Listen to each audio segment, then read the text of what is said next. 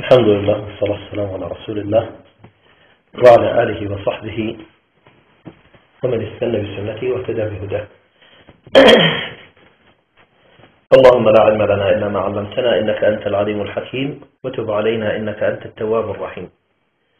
ثم أما بعد، حقيقة الأحداث التي تحدث في هذه الأيام والمتغيرات المتتابعة تستدعي من الإنسان أنه يتدبر ويتفكر فيها وينظر أكان نبينا صلى الله عليه وسلم ذكر لنا في ذلك شيء، لأن المخرج في كل فتنة تقع في أي زمن من الأزمان هو الرجوع إلى الكتاب والسنة، وليس معنى الرجوع إلى الكتاب والسنة هو معنى الرجوع إلى عموميات الألفاظ، وإنما نحن نحتاج إلى شيء يقول له العلماء فقه التحولات والمتغيرات.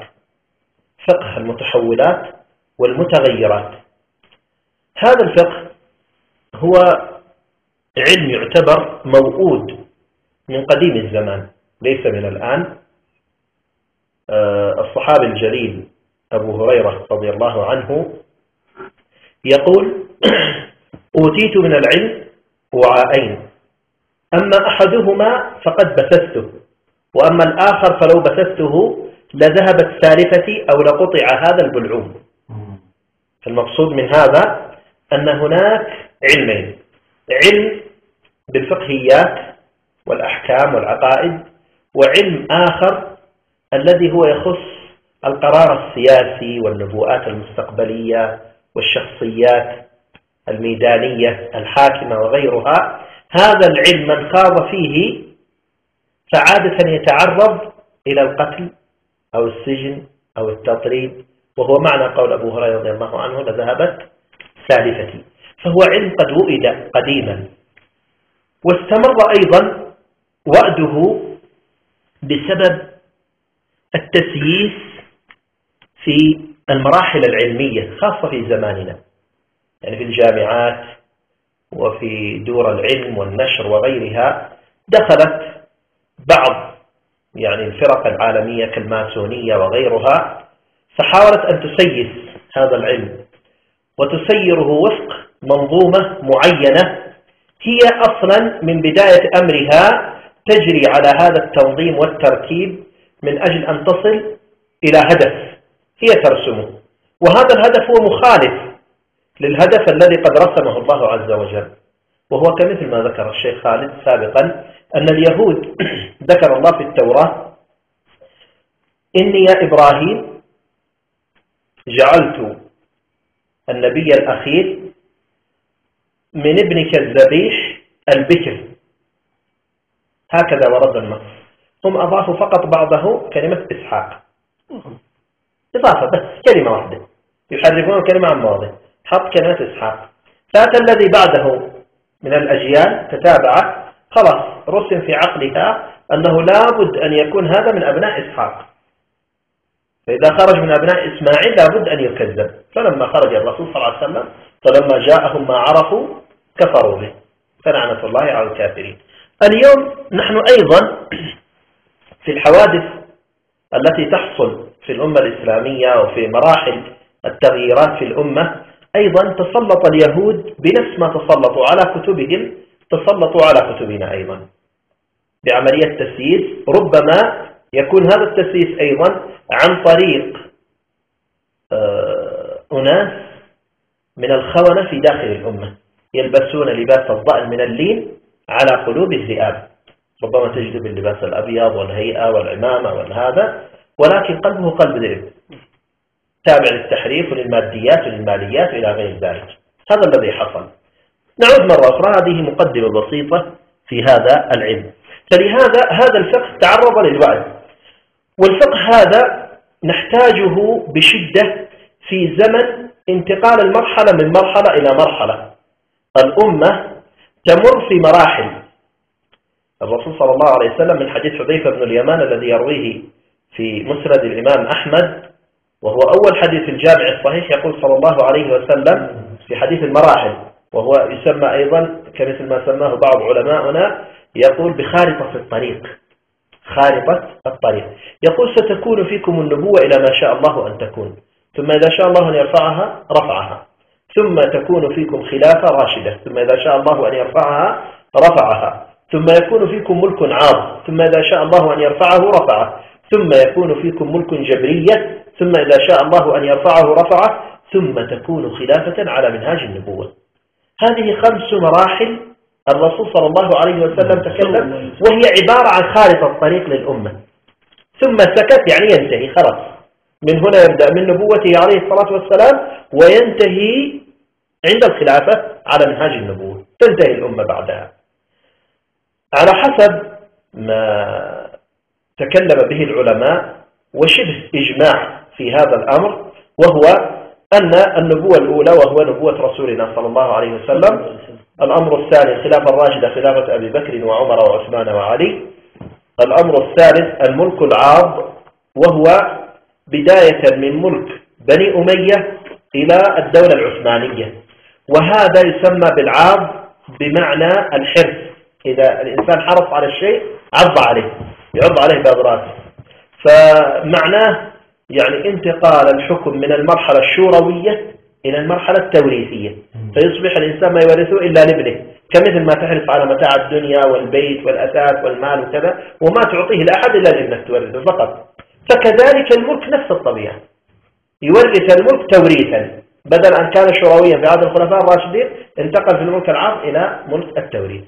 طيب، ثم بعد ذلك ننتقل إلى مرحلة الحكم الجبري. والحكم الجبري علماء زماننا أكثرهم على هذا القول، على أنه من بعد سقوط الدولة العثمانية إلى يومنا هذا نحن نعيش في مرحلة حكم جبري، أو بما يسمى حكم جبرية. والفرق بين الحكم العاض والحكم أو الملك العاض والملك الجبري أن الملك العاض كانت تقوم فيه الشرائع السماوية، تقوم فيها الأحكام، سواء الحاكم أو المحكوم، من الحقوق الشرعية المتبادلة، إضافة إلى هذا حفظ بيضة المسلمين، إضافة إلى هذا قيام الجهاد، قيام الأحكام الشرعية من حج وصيام وغيرها بقوة السلطان، ودفع الصائل ودفع العدو. وما زال المسلمون في خير إلى أن سقطت الدولة العثمانية. انتقلنا إلى مرحلة جديدة، وهي مرحلة الخلافات بين الأمة الإسلامية، وتقسم البلاد إلى سايس بيكو، وتسلط الشعوب الأخرى على المسلمين، وتحكيم شرع غير شرع الله عز وجل.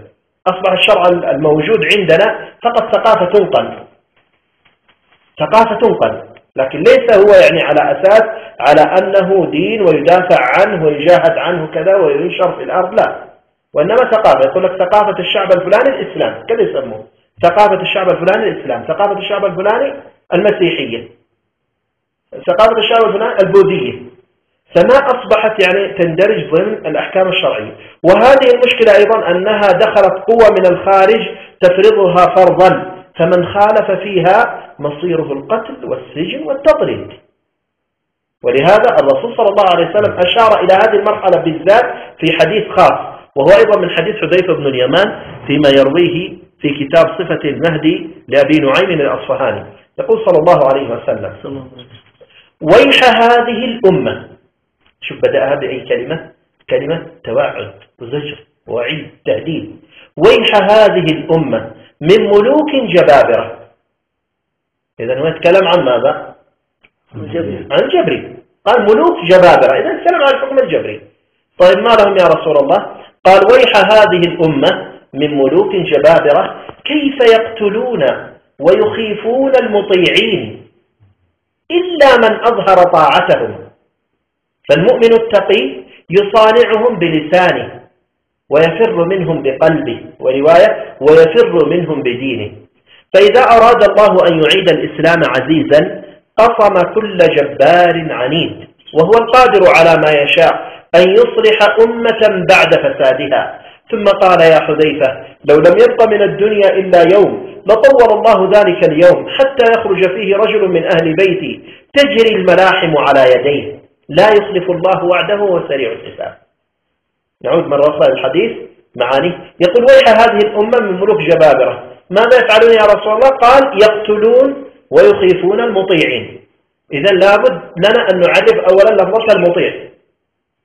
مطيعين من مصدر طاعة، يطيع طاعة، فمطيع معناه المطيع لله والرسول. هذا ما تعارف عليه أهل الإسلام. طالما أن الحديث يخرج من المشكاة النبوية من رسول الله صلى الله عليه وسلم، فإذا يتكلم عن طاعة أهل الإسلام. طاعة أهل الإسلام هي الطاعة لله والرسول. فالمطيع لله والرسول مصيره القتل والتشريد والتطريد. طيب كيف وهو مطيع يفعل به هذا الفعل؟ قال إلا استثنائية من أظهر طاعتهم ضميرية رجع عليهم طاعتهم. إذا دل بالضمير طالما أنه رجع عليهم أن معهم طاعة غير طاعة الله والرسول. معهم طاعة غير طاعة الله والرسول. يعني نستطيع أن نقول أنها أحكام تأتينا الآن من روسيا، من فرنسا، من بريطانيا، من أمريكا، وتحكم بداخل ديار أهل الإسلام. فمن أطاع هذه القوانين تركوه، ومن خالف وأراد الإسلام الكامل الوافي هذا مصيره السجن والتطريد والتشريد، إلا من أظهر طاعتهم. وبقينا عند قسم ثالث من الناس وهو عامة الناس وأكثرهم، وقال هؤلاء أصحاب التقية ليتقي شرهم، يلا يسلم من شرهم. يعني لا يريد أن يجابههم، معه مثلا خائف على دينه، خائف على ماله، خائف على ولده، خائف على متاع دنياه، على وظيفته، على كذا، فيتقي شرهم، يصانعهم بلسانه، لكن بقلبه وبدينه يفر منهم. قال فإذا أراد الله، يعني استمر الحال بهذه الشاكلة، وهنا فاء تأكيدية وإذا شرطية في مكان مؤكد، وإن بعدها توكيدية، يعني ثلاثة مؤكدات أتت. فإذا أراد الله أن يعيد الإسلام عزيزا، يعني بمعنى أنه مؤكد أن الله عز وجل سيعيد الإسلام عزيزا. هنا أولا نقول على أن الإسلام في تلك الفترة غير عزيز، فالله يريد أن يعيده إلى العزة. طيب، وهنا أيضا سؤال، متى كان الإسلام عزيزا؟ متى كان الإسلام عزيز؟ يعني الصحابة حتى في الخلافة. فإذا هنا معناها فإذا أراد الله أن يعيد الخلافة، هذا معناها. فإذا أراد الله أن يعيد الخلافة ماذا يحصل؟ قال يكون الزمن ذاك فاسد والإسلام غير عزيز فيه، والله عز وجل يريد أن يعيد للمسلمين عزتهم من جديد. قال أول ما ترى الحكام يتساقطون والشعوب تثور فيها فوضى، فاعلم أنها المرحلة الأولى لإرادة الله من 7 سماوات، أن الله يريد أن يصلح الأمة بعد فسادها. شوف كيف؟ بلاغة عجيبة من رسول الله، وإبلاغ عجيب كأنه ينظر إلى زماننا ويتكلم عليه. فإذا أراد الله أن يعيد الإسلام عزيزا قصم كل جبار عنيد. كل يعني شعوب مع حكام، كل واحد دخل في قلبه شيء من الجبروتية وخرج يقين الله عز وجل لابد أن يقسمه الله عز وجل. تمام؟ فإذا أراد الله أن يعيد الإسلام عزيزا قال قصم كل جبار عنيد، وهو القادر على ما يشاء أن يصلح أمة بعد فسادها. إذن الأمر لمن؟ لله من قبل ومن بعد. هنا تعود نفس القضية الأولى، يعني نقول يعني سيناريو ينعاد في التاريخ يعيده الله عز وجل هو نفسه، صراع الحق مع الباطل. انظر ماذا يقول الله عز وجل في قصة موسى في سورة القصص قبل أن يبدأ القصة، يقول ونريد أن نمن على الذين استضعفوا في الأرض ونجعلهم أئمة ونجعلهم الوارثين ونمكن لهم في الأرض ونري فرعون وهامان وجنودهما منهم ما كانوا يحذرون. قال بعدين أوحينا إلى أم موسى أن أرضعيه. إذا بدأ الله بالإرادة قبل ما يبدأ بالقصة، فإرادة الله سابقة قبل أن يأتي الظلم، لكن الله عز وجل هكذا كتب على العباد أن الصراع يقوم من يوم ما أهبطهم الله من الجنة، قلنا اهبطا منها جميعا بعضكم لبعض عدو. الصراع، فهذه سنة الصراع. اليوم نحن ما يحصل هو الصراع بين الحق والباطل وفسطاط الإيمان وفسطاط النفاق. مرحلة الفسطاط، نحن اليوم في مرحلة الفسطاط. إرادة الله أن يكون هذا الأمر بهذا الشكل. فإذا أراد الله أن يعيد الإسلام عزيزا قصم كل جبار عنيد، وهو القادر على ما يشاء أن يصلح أمة بعد فسادها. يعني كأنه يقول لنا لا تخافوا، أي ولا تيأسوا ولا تقنطوا، إنما يحصل هذا إنما هو إرادة من الله لإصلاحكم، لإخراجكم إلى مرحلة أفضل من المرحلة اللي أنتم تعيشون فيها، إلى مرحلة أحسن. نعم هناك يعني دائما يعني مرحلة المخاض مرحلة عسيرة. المرأة إذا وصلت إلى الشهر التاسع وحان يعني موعد الولادة أتاها المخاض، والمخاض عسير شوية لكنه مخرج إلى أمر أصلح وأفضل مما كانت هي فيه. ونحن اليوم في مرحلة المخاض، كل واحد سيصطدم مع الآخر وكل قوى ستصطدم. إرادة الله التي كتبها الله عز وجل في القرآن، أنه قد كتب في القرآن: وإن من قرية إلا نحن مهلكوها قبل يوم القيامة أو معذبوها عذابا شديدا كان ذلك في الكتاب مسطورا. لابد أن يقع هذا العملية الخراب وعملية الاصطدام وعملية هذا من أجل قيام القوة الجديدة. ولهذا الرسول صلى الله عليه وسلم لما وصل إلى هذه المرحلة قال: يا حذيفة. طيب حذيفة جنبه بجانب الرسول صلى الله عليه وسلم، كان سيقول له حذيفة ويكلمه على طول، أو يكلمه من أول يكلمه، لكن أضاف إليها الياء. عند أهل اللغة يسموها الياء الندائية التنبيهية. الياء هي أصلا للنداء، فإذا ناديت من بعد يا فلان إذا هذه ندائية، لكن إذا كان بجانبه قال تنبيهية، هذه تنبه يعني انتبه، هنا أمر أي ركز، أمر جديد أتى هنا، مرحلة جديدة. ما هي هذه المرحلة؟ هي التي الرسول صلى الله عليه وسلم يريد منا يعني أن نتفاءل مع الحدث. يا حذيفة لو لم يبقى تأكيدا، لو لم يبقى من الدنيا إلا يوم لطول الله ذلك اليوم حتى يخرج فيه رجل من أهل بيتي تجري الملاحم على يديه لا يخلف الله وعده وهو سريع الحساب. طيب ليش الرسول صلى الله عليه وسلم بالذات هنا مع المهدي لما ذكر هذه اللفظة ما قال مثل الأحاديث الأخرى مثلا قال يأتي يملأ الأرض قسطا وعدلا كما ملأ ظلما وجورا؟ في أحاديث أخرى قال يحسي المال حسيا ولا يعده عدا، قال يقسم المال بين الناس بالسوية. يعني ليش ما أتى بالألفاظ في هذا الحديث كمثل الألفاظ يبشرنا بالمال مثلا، يبشرنا بالعدالة؟ لا، هنا قال يأتي رجل من أهل بيتي تجري الملاحم على يديه، تجري الملاحم على يديه.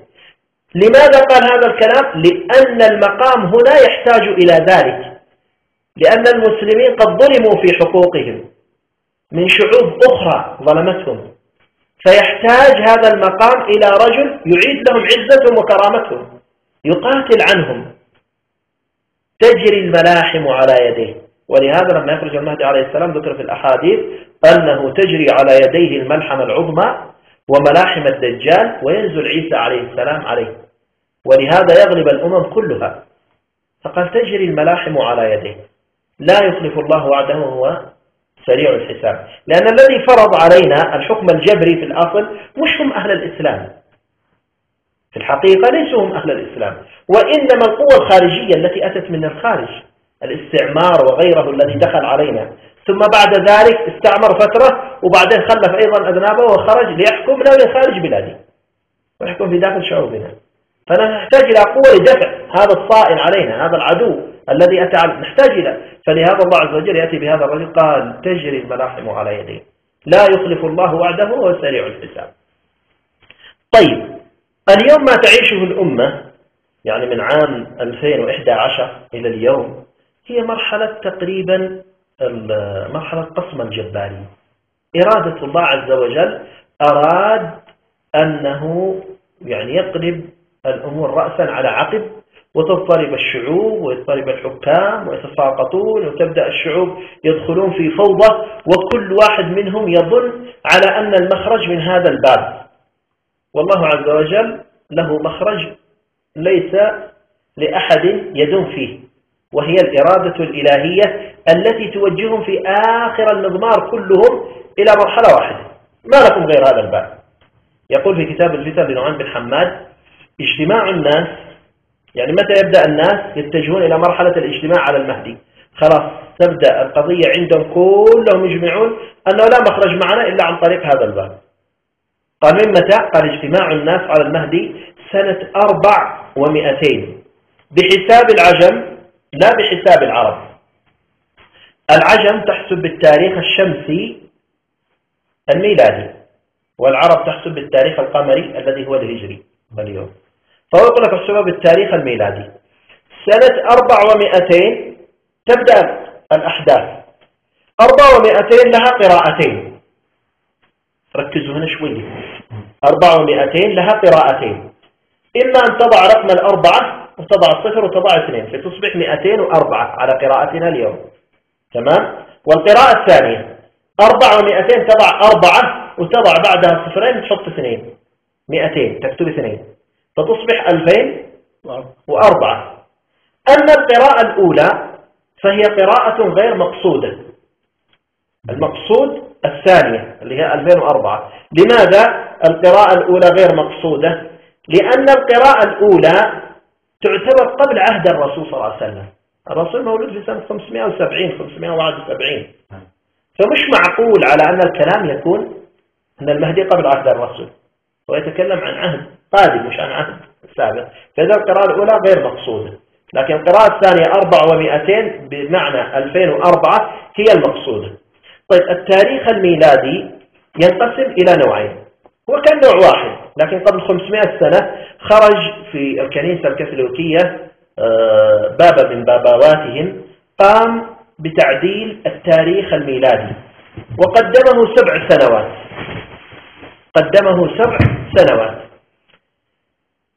فعمم هذه الدراسة في جميع الكنائس، فتعممت هذه الدراسة وعدلوا إلا الأرثوذكس وهي الكنيسة الحبشية والقبطية المصرية. هذه رفضت أن تعدل وقالوا هذا التاريخ مقدس عندنا ومستحيل أن نغير التاريخ ونستمر على ما نحن عليه. فتاريخهم اليوم متأخر عن التاريخ الموجود بين أيدينا 7 سنوات.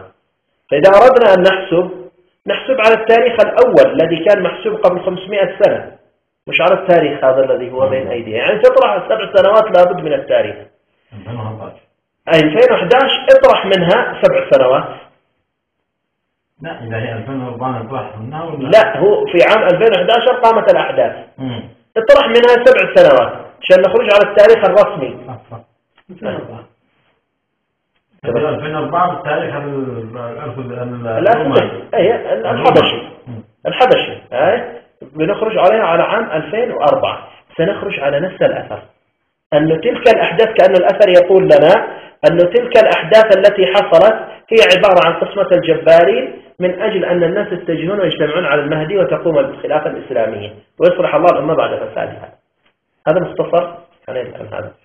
الأحداث الزمانية مهمة للأمة حتى نعرف أين نحن موقعنا من الأحداث. أين نحن موقعنا من الأحداث. أفضل تجلس على عينيك أفضل. لا وصح هذا علشان النظر نلتفت إليك. لا مش عشان لا خلاص صلي. أنا على أساس أنك لا تكون يعني تتعب وكذا. على أساس لا تتعب وكذا.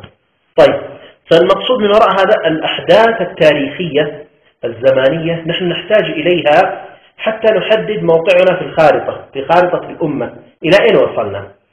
سنأخذ بعض الأحداث التي هي حاصلة اليوم. مثلا عندنا أحداث سوريا، أحداث الشام.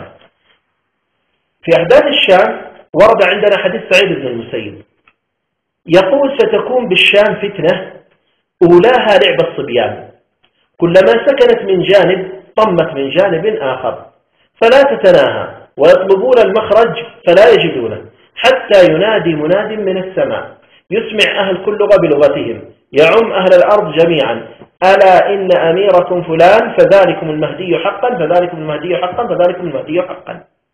يعني ما معناها؟ معناها يقول إذا رأيت الحكام يتساقطون ويقصمون وبدأت الفوضى وكذا ستكون في تلك المرحلة في الشام فتنة. أول هذه الفتنة أول ما تبدأ سببها أطفال صغار يلعبون. سيسببون هؤلاء الأطفال الصغار فتنة كبيرة جدا في الأمة وما تنتهي هذه الفتنة أبدا، ويتدخل العالم كله فيها وما يستطيعون أن يحلوها حتى يأتي النداء السماوي هذا الذي يسمع كل أهل اللغة بلغتهم ويعم أهل الأرض جميعا على أن المهدي قد خرج. قال عندها تهدأ هذه الفتنة. تعالوا ننظر إلى أحداث سوريا. أحداث سوريا أول ما بدأت بدأت بأطفال خرجوا من مدرسة درعا، مدرسة ال40 في درعا. خرجوا كتبوا على الجدران ارحل يا بشار، جاك الدور يا دكتور. أطفال صغار يعني أعمارهم أقل من 15 سنة، حمزة الخطيب ووائل وثامر أسماء 3 4 يعني ليس لهم يعني غرض سياسي وليسوا مسلطين من جهة معينة. خرجوا من المدارس مثل الأطفال اللي يلعبون دائما في الشوارع وكتبوا على الجدار. أمر عادي. كتبوا هذه، أتى الأمن السوري، من كتب هذا؟ فلان فلان، دخل المدرسة وأخذهم وأخذ بعض مدرسيهم المهم وسجنهم، تعرضوا للتعذيب. بعد 8 أيام من سجنهم خرج أبهاتهم في مظاهرة يطالبون بإخراجهم، واجاهم الأمن السوري بالسلاح، قتل 8 أنفار. خرجت مجموعة أخرى واجهها بالسلاح، اندلعت الأحداث بعدها. الآن حتى تقرير الBBC بهذا الشكل، بنفس الترتيب وبصور الأطفال وكل شيء بنفس الترتيب، أنها بدأت من مدرسة ال40. يعني ما كانت في بداية أمرها على أساس أنه يرحل يا بشار كمثل ما كان بالشعوب الأخرى، لا، كان أطفال صغار يلعبون. قال بدأت بأطفال يلعبون، يقول يطلبون المخرج. يعني مع هذه الفتنة لما بدأت يحاولون أن يطلبون المخرج، يجمعون عليها مؤتمرات عالمية يحلونها، مبعوثين دوليين، جنيف 1 و2 والجامعة العربية وغيرها، دول الانحياز، التضامن الإسلامي، كوفي أنان، الأخضر الإبراهيمي، وهلم وجرى، ولم تحل. قال فلا تتناهى، مش رايحة تنتهي. أتت في رواية أخرى حتى تبلغ بقيع الغرقد، حتى تبلغ بقيع الغرقد. أين بقيع الغرقد؟ لا، بقيع هي شجرة الغرقد ذكر في الأحاديث أنه في فلسطين، لكن بقيع الغرقد هي منطقة البقيع، قبور أصحاب رسول الله في المدينة. البقيع هو يسمى ببقيع الغرقد كذا، لكن هم يختصروه باسم البقيع. تمام؟ يقول لك بمعنى، يعني معنى الأثر يعني لن تنتهي هذه الفتنة حتى تبلغ الديار السعودية لما تدخل عندهم، فلا تتناهى حتى تبلغ بقيع الغرقد. والرواية الثانية فلا تتناهى ويطلبون المخرج فلا يجدونه حتى ينادي مناد من السماء يسمع أهل كل لغة بلغتهم يعم أهل الأرض جميعا. لما تأتي على هذه الشروط ستجدها متوفرة في القنوات الفضائية، نداء سماوي يسمع أهل كل لغة بلغتهم يعم أهل الأرض جميعا. كان يشترك القنوات الفضائية. قنوات الفضائية من أين تصدر؟ من الأقمار الصناعية، صح ولا لا؟ وهي موجودة في السماء. طيب الأمر الثاني، بكم لغة موجودة؟ كل لغات العالم موجودة، هي فقط في اليمن ولا في كل أقطار العالم؟ في كل أقطار العالم. إذن لها الثلاث الشروط منطبقة عليها. يعني كأن الآثار تشير إلى أن المهدي عليه السلام سيخرج في زمن الحضارة الحديثة. المهدي عليه السلام سيخرج في زمن الحضارة الحديثة. تفضل خلي. لا مش تسجلي. الله يبارك الجمال ذكر الضيب بس. طيب فالحاصل بالأمر على أنه هذه الثلاث الشروط كلها موجودة قلنا في القنوات الفضائية. كأنه يشير لنا يعني في الأثر يقول لك ستستمر فتنة الشام حتى تسمع في القنوات الفضائية على أن نشرة الأخبار تعلن أن المهدي يبايع بين الركن والمقام. في ذاك الوقت تهدأ فتنة الشام. ليش تهدأ؟ لأن أصلا أهل الأرض كلهم يأتون يجتمعون عليه. يأتي الناس نجيا في فوضى. قال يا جابر وأن يكون خلاف في كل أرض، خلاف في كل أرض. اليمن يسلمون، الشام تسلم، مصر تسلم، العراق تسلم، فعندها تهدأ الفتن التي عندهم. يا جابر وأن يكون خلاف في كل أرض، في كل أرض، بل حتى تبلغ أرض الحرمين، سنأتي عليها. فالحاصل بالأمر على أنه يشير كأن المهدي عليه السلام في هذه الحضارة الحديثة. وهذا حقيقة رد على بعض علماؤنا ومشايخنا الذين لم يتفقهوا فقه كامل في هذا الباب، يعني ضعيفين من ناحية التعامل مع أحاديث الفتن، في إهمال، إما إهمال متعمد أو مسيس أو أنه يعني الغفلة والخوف من هذا الباب. وإلا فالصحيح فيها على أن هذا الباب له فقه.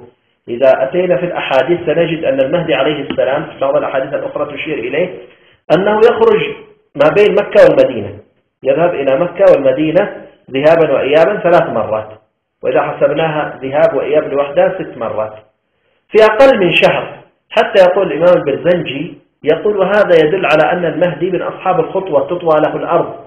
طبعا البرزنجي في زمنه قبل الحضارة هذه الحديثة، لكن لو أتى الحضارة الحديثة أمر عادي جدا أنه يذهب ويأتي.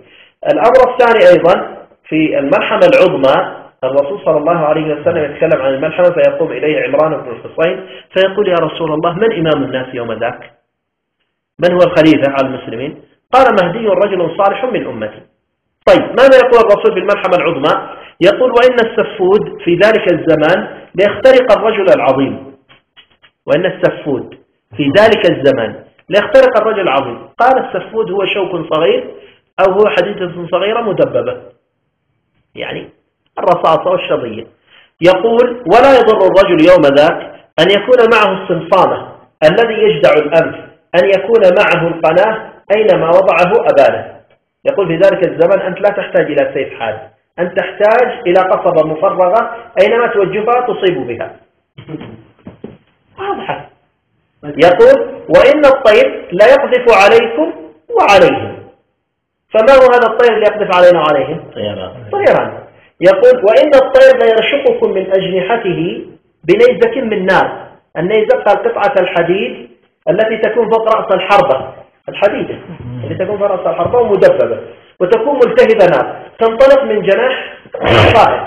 وإن الطير لا يرشقكم من أجنحته بنيزك من نار.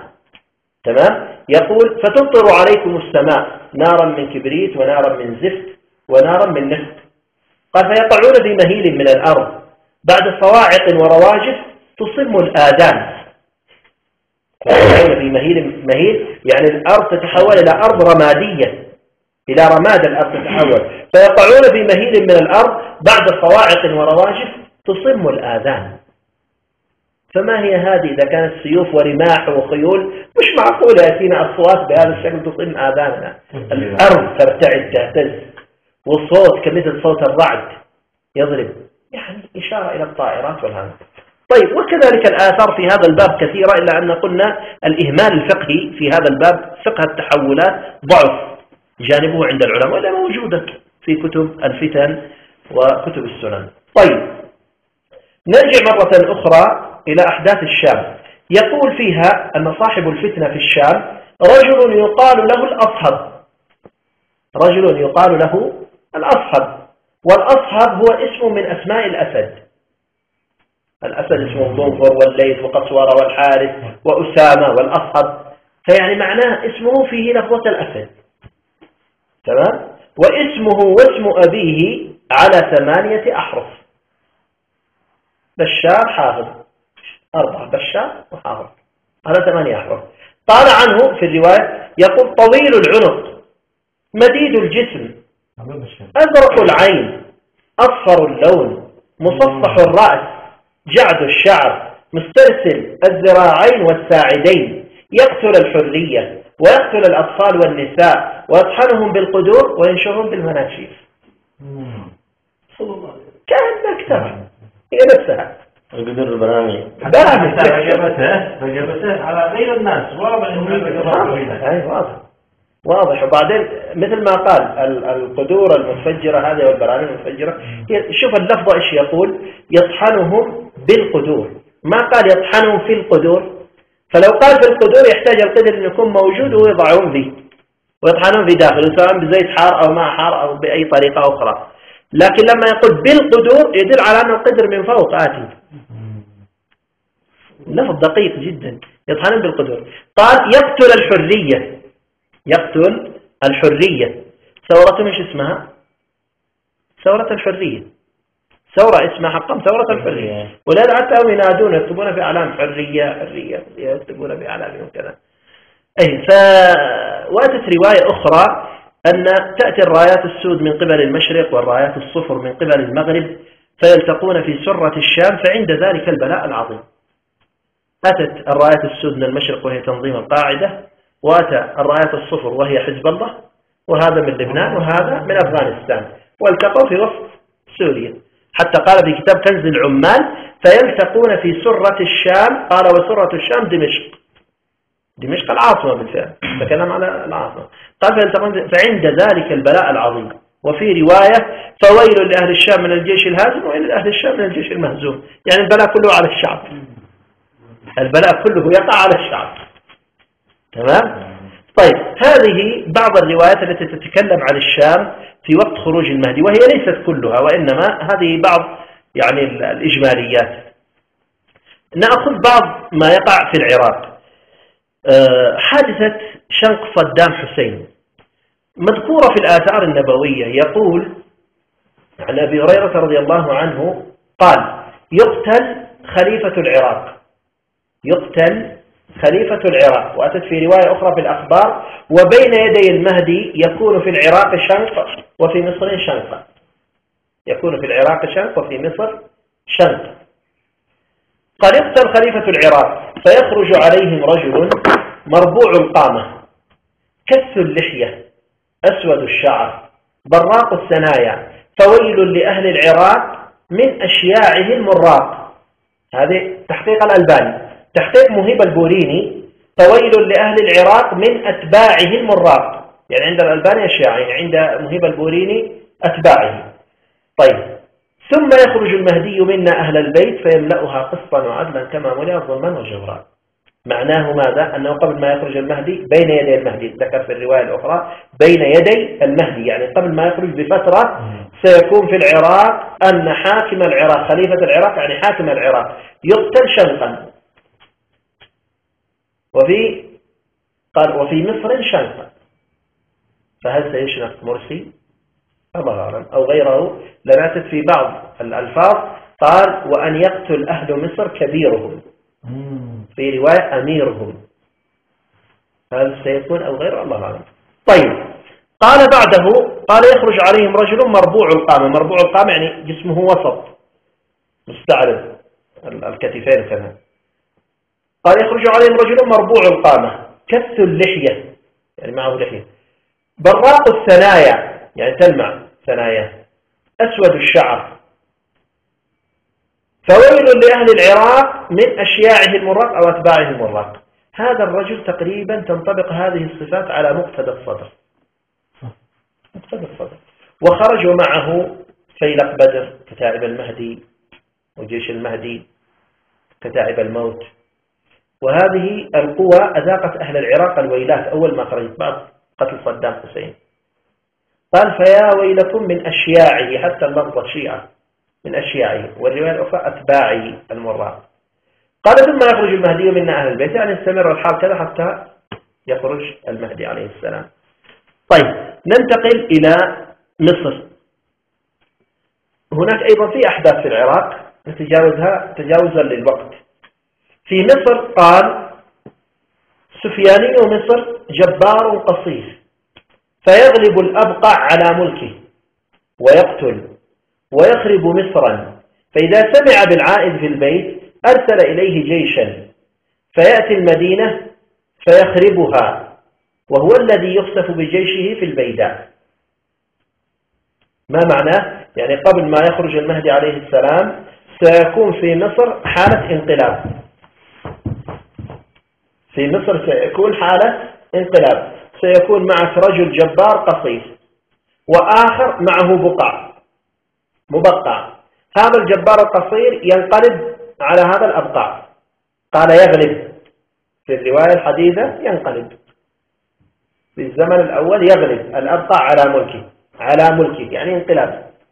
تمام. واتى السيسي وهو قصير وانقلب على محمد مرسي. محمد مرسي مصاب بالبرص في قدميه، وهذه المصادر موثوقة فيما بين اتصال وكذا، مصاب بالبرص في قدميه مبقع، وهذا قصير، فيغلب الأبقع على ملكه ويقتل ويخرب مصرا، يعني يحصل منه قتل. تعرفون أحداث رابعة العدوية ما حصل فيها من القتل والأمور هذا، ويخرب مصرا.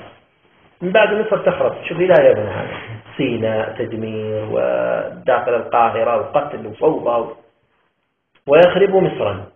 فإذا سمع بالعائد في البيت، فإذا سمع بالعائد في البيت، شوف سماعا ما قال فإذا علم، لأنه لو قال علم لعلم على أنه هو نفسه رئيس البيت سيكون حاكم على البيت، لكن فيها دلالة أنه مش هو حاكم على البيت، هو منفصل عنها، يأتيه السماع بس يأتيه الخبر.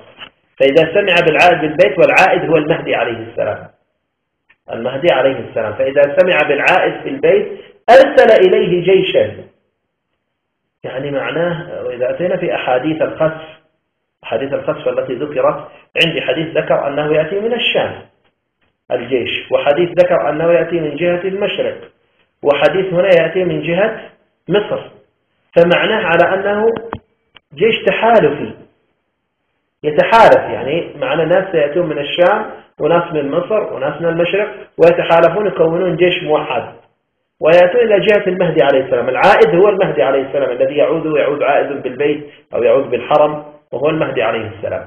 فهذا لما يسمع يرسل معهم جيش أيضا، ويأتي المدينة فيخرب المدينة كمثل ما خرب مصر، كمثل ما خرب مصر يخرب أيضا المدينة. ثم يتجه الجيش إلى مكة، في الطريق يصف به، في الطريق يصف به. الآن نصف الحديث هذا قد حصل إلى مرحلة الانقلاب وإخراج مصر والقتل قد حصل، باقي لنا قضية العائد، يعني كأن يقول لك على أن المهدي سيخرج، هذا الرجل ما يزال موجود، والأحداث على هذه الشاكلة. تمام؟ طيب ننتقل الآن إلى اليمن.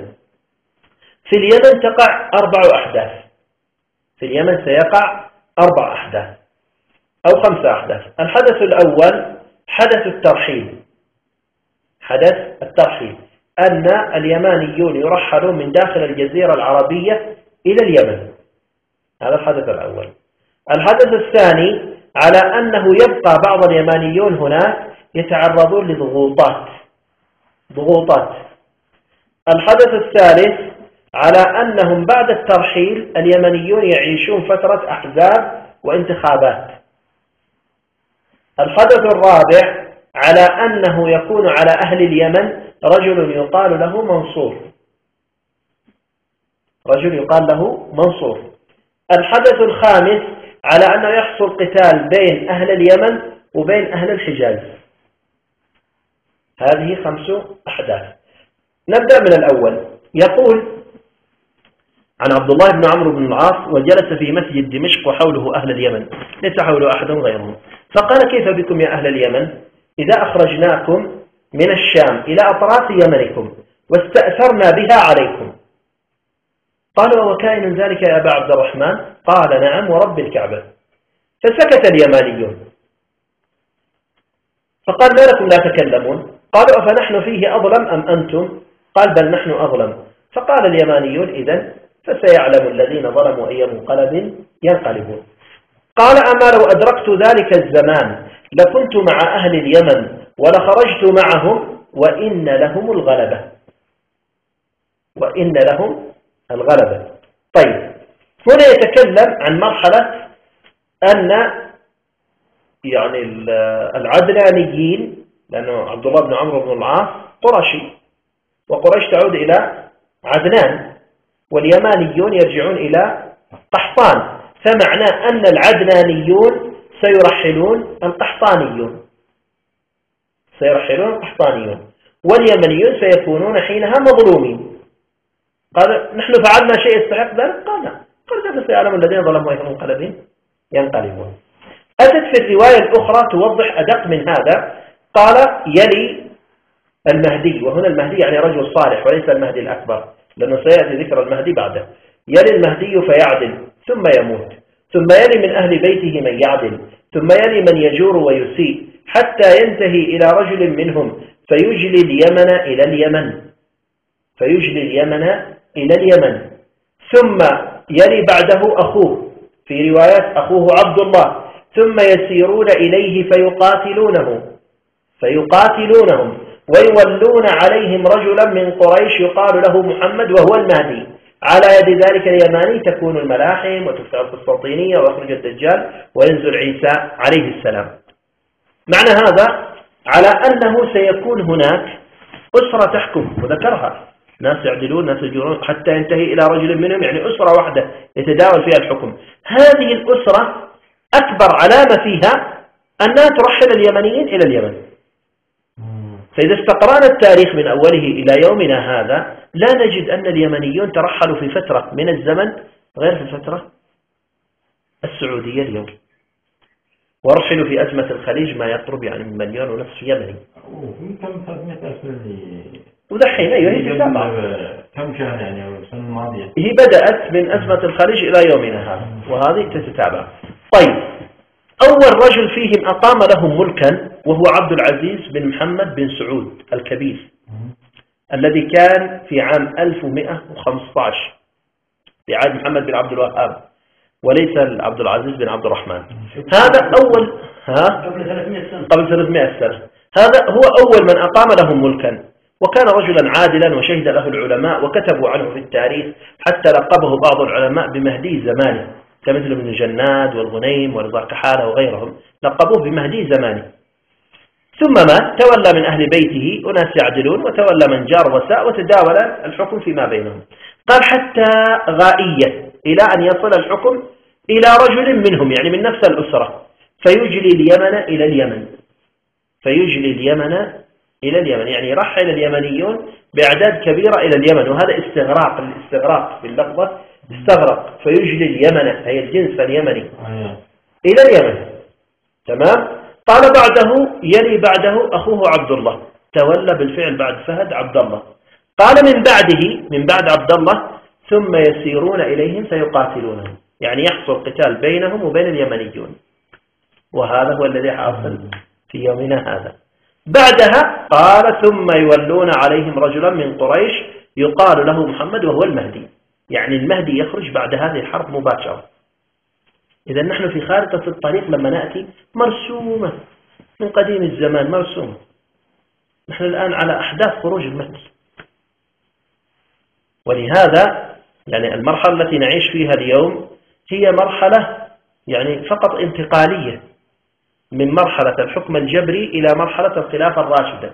هذه الفترة التي نعيشها مرحلة انتقالية، ولهذا سماها الرسول صلى الله عليه وسلم قال ثم يكون جبرية ثم تكون خلافة راشدة، هذه كمرحلية، ثم تكون جبرية ثم تكون جائزة، جائزة يعني من الجواز يعني انتقالية، ثم تكون جبرية ثم تكادمون عليها تكادم الحمير، يعني تصطرعون على الحكم في الفترة الانتقالية مثل الحمير لما يصطرعون، ثم تكون جبرية ثم تكون طواغيت، يعني عاد فترة الجبري أرحم لنا من فترة الطواغيت اللي يأتي من بعد عاد أجبر وأشد وأدهى وأمر.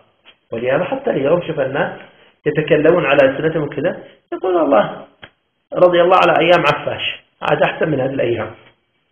صح هي جبرية، لكن هذه المرحلة أتت أشد من الأولى، يعني عاد هذه يعني لا بأس. تمام. ثم تكون جبرية ثم تكون عبثيا، عبثيا يعني فوضى. بعد الحكم الجبري سيكون مرحلة فوضى وهي المرحلة الانتقالية، نعم ما تطول لكن فوضى. فوضى، شوف قطع كهرباء، قطع ديزل، قطع بترول، قتل أنفس. تمام. ما فيش استقرار لا في المعيشة ولا في الحياة، وواحد يكون في جهة وأبنائه في جهة ثانية، فوضى. بيته في جهة وسيارته في جهة وعمله في جهة، فوضى. ثم يكون عبثيا قال. لكن لن تطول هذه المرحلة، هي مرحلة قصيرة جدا لننتقل إلى المرحلة الجديدة وهي مرحلة الخلافة الراشدة بقيادة الإمام المهدي. هذا مرحلة الترحيل. المرحلة الثانية وهي مرحلة بما تسمى يعني الضغوطات التي يتعرض عليها المهاجرين، ذكرت في الألفاظ بالطبع الأحاديث تخاطبهم بالمهاجرين، وهو في الأصل نحن نخاطبهم باسم المغتربين. فبينما هم كذلك إذ بقي بعض المهاجرين يعني غيرهم من المهاجرين إذ يقولون أين تتركون أرضكم ومهاجركم ومقابر موتاكم، يعني هذه الأرض أنتم هاجرتم إليها وسكنتم بها، وهذه محلاتكم وبيوتكم وتجاراتكم، وهذه مقابر موتاكم من آبائكم وأمهاتكم وإخوانكم، فإلى أين يعني إلى أين ستخرجون، إلى أين سيخرجوكم؟ اللفظة يدلك على أنهم يتعرضون لضغوطات يريدوهم يخرجون وهم متحسرين إلى أين نذهب؟ قال فبينما هم كذلك إذ سمعوا منادي ينادي من السماء باسم المهدي، يعني أن المهدي قد خرج، يعني معناه أن القنوات تنقل خبر مخرج المهدي فينتهي عليهم هذا الضغط الذي يعيشون فيه. هذه التي نعيشها اليوم. طيب المرحلة الثالثة أن بعد أن يجلى أهل اليمن إلى اليمن يقول فبينما هم كذلك إذ يقولون نولي فلانا بل فلانا إذ سمعوا صوتا من السماء ما قاله إنس ولا جان ولوا فلانا فإذا به رجل قد رضوا به وقنعت به الأنفس ليس من ذي ولا ذي ولكنه خليفة يماني. يعني معناه لما يقول ذي وذي يدلك على أنها سنكون على شكل أحزاب، ذي وذي وذي وذي الحزب الفلاني، ونولي فلانا بل فلانا انتخابات، فيستمر الوضع على ما هو عليه، أحزاب وانتخابات حتى يأتي النداء السماوي، وما يأتي النداء السماوي إلا عندما يصلون إلى مرحلة المفاصلة يصبحون ذي وذي قسمين بس، ذي وذي، وهؤلاء ينادون بأن الملك لهم وهؤلاء ينادون بأن الملك لهم، هؤلاء معهم قائمة مرشحين هؤلاء معهم قائمة مرشحين، بينما هم كذلك إذ خرج المهدي عليه السلام. ولهذا حتى الأوضاع التي نعيشها اليوم بهذا الشكل لن يغلب أحدهم فيها الآخر، حتى وإن وجدنا الآن قوات تسحب كذا لن يغلب أحدهم الآخر. سرعان ما تنتهي حتى الأمور في الجزيرة كلها، فلا هذا ولا هذا، في آخر الأمر سيأتي النداء السماوي والكل يسمعه، يعني بمعنى أن الأخبار تذيع على أن المهدي قد خرج، ليس من ذي ولا ذي ولكنه خليفة يماني، في آخر الأمر تثبت على المهدي عليه السلام. طيب الأمر الرابع ذكر منصور اليماني قال يستقتل الناس في زمانه اقتتال الجاهلية الأولى. منصور اليماني يستقتل الناس في زمانه اقتتال الجاهلية الأولى، يعني تقاتلوا كمثل الجاهلية الأولى على أحزاب وعلى دعايات عصبية وعلى كذا، اقتتال الجاهلية الأولى. طيب الأمر الخامس اقتتال أهل اليمن وأهل الحجاز، ولهذا قال ثم يسيرون إليهم فيقاتلونهم، وفي الرواية تلك قال وإن لهم الغلبة، وإن لهم الغلبة، فيها غالب ومغلوب، فطالما أن فيها مسير للقتال وفيها غلبة إذن هناك قتال فيما بينهم. بعد القتال هذا مباشرة قال ثم يسيرون إليهم فيقاتلونهم ويولون عليهم رجلا من قريش يقال له محمد، على يد ذلك اليماني تكون الملاحم. هذه 5 أمور ستكون في اليمن كلها اليوم نعيشها وندوق مرارتها، الله المستعان، نسأل الله العافية.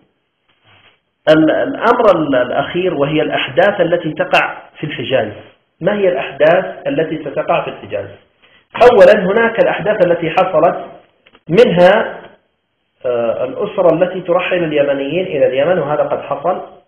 الأمر الثاني أنه سيكون رجل من قحطان يشبه المهدي في الصفات، يظن أنه المهدي ويقاتل في داخل الحرم ويستحل الحرم في وقته ويقتل، ولهذا قال في الحديث يعود عائد بالبيت فيقتل ثم يمكث الناس برهة من دهرهم. ابن عباس يقول برهة 33 سنة ونحوها، 33 سنة ونحوها. اليوم لنا 36 سنة، هي من عام 1400 من عام 1979 كانت حادثة جهيمان ومعه محمد بن عبد الله القحطاني، وابن عباس يعدها 33 سنة ونحوها، يعني من 33 إلى 40 عدها.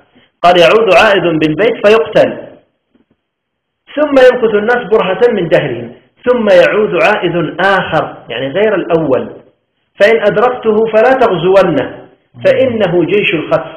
يعني يقول انتبه، هذا هو المهدي الحقيقي، إياك أن تأتي مع الجيش الذي سيغزوه فإن الله سيخسف بهذا الجيش الذي يريد أن يغزوه. وأتت في رواية أخرى يكون رجل من قحطان، وهو اسمه هذاك محمد بن عبد الله القحطاني الذي زعم في أنه المهدي، يكون رجل من قحطان على سيرة المهدي، على سيرة المهدي يشبه المهدي، على شو ما قال هو المهدي، لو قال هو المهدي لقلنا أنه سيخرج مرة أخرى، لكن قال على سيرة المهدي يعني بصفات المهدي. حياته 20 سنة، هو كان عمره 25 سنة تقريبية في الرياضية، طبعا تعرفها التقريب. حياته 20 سنة، يموت قتلا بالسلاح، وهو أعلنوا عنه على أنه قتل في الحرم ونقل له صور وكذا. يموت قتلا بالسلاح، ثم يخرج رجل من بيت محمد صلى الله عليه وسلم حسن السيرة، على يديه تفتح القسطنطينية ويخرج الدجال وينزل عيسى عليه السلام، على يديه تكون غزوة الهند، وهو من بني هاشم وهو المهدي عليه السلام. طيب هذه الآثار التي تدل على القحطاني. الأمر الذي بعده على أن الأسرة الحاكمة التي ستحكم سيبدأ أمرها في مرحلة الانهيار بعد ملك من ملوكهم يسمى عبد الله. من بعد عبد الله تبدأ الأمور تتهاوى حتى يسقط ملكهم. ولهذا يأتي في حديث أم سلمة رضي الله عنها يقول: يكون اختلاف عند موت خليفة. اختلاف يعني لما يموت يختلفون. يكون اختلاف عند موت خليفة، فيخرج رجل من أهل المدينة هاربا إلى مكة، فيأتيه أناس من أهل مكة فيبايعونه بين الركن والمقام. ويأتي في أثر ثاني يقول: من يضمن لي موت عبد الله؟ أضمن له القائم يعني المهدي، أما إنه لو مات لا يجتمع الناس بعده على أحد، وسيذهب ملك السنين ويبقى ملك الشهور والأيام. قال: أو يطول ذلك؟ قال: كلا. والعجيب على أن عبد الله من أول ما مات تولى سلمان بعد شهرين مباشرة بدأت الحرب بينه وبين أهل اليمن. اليوم له تقريبا ما يقرب من 5 إلى 6 أشهر أو أقل ذهب إلى الخارج. اليوم نزل مقال نجده في جريدة في الخارج فوريس اسمها، تتكلم على أن هناك توقعات أو المقربين من الملك سلمان يسمعون نبرة جديدة أن الملك يريد أن يسلم ابنه محمد بن سلمان الملك. وهناك بدأت بعض النزاعات بين محمد بن نايف ومحمد بن سلمان ومتعب بن عبد الله، وقالوا والإشارات تشير إلى أنه يريد أن يعزل متعب بن عبد الله ويضم الحرس الوطني إلى داخل وزارة الدفاع كمثل ما كان، لأنه كان من قبل ضمن وزارة الدفاع، ففصلها في أيام الملك عبد الله من أجل أن يكون وزارة بذاتها تحت ابنه كقوة عسكرية. فالآن يريدون أن يرجعوها ويعزلوا متعب بن عبد الله ويبدأ ينزل محمد بن نايف محمد بن سلمان السلم الملك. فالنزاعات بدأت. هنا تأتي مرحلة جديدة.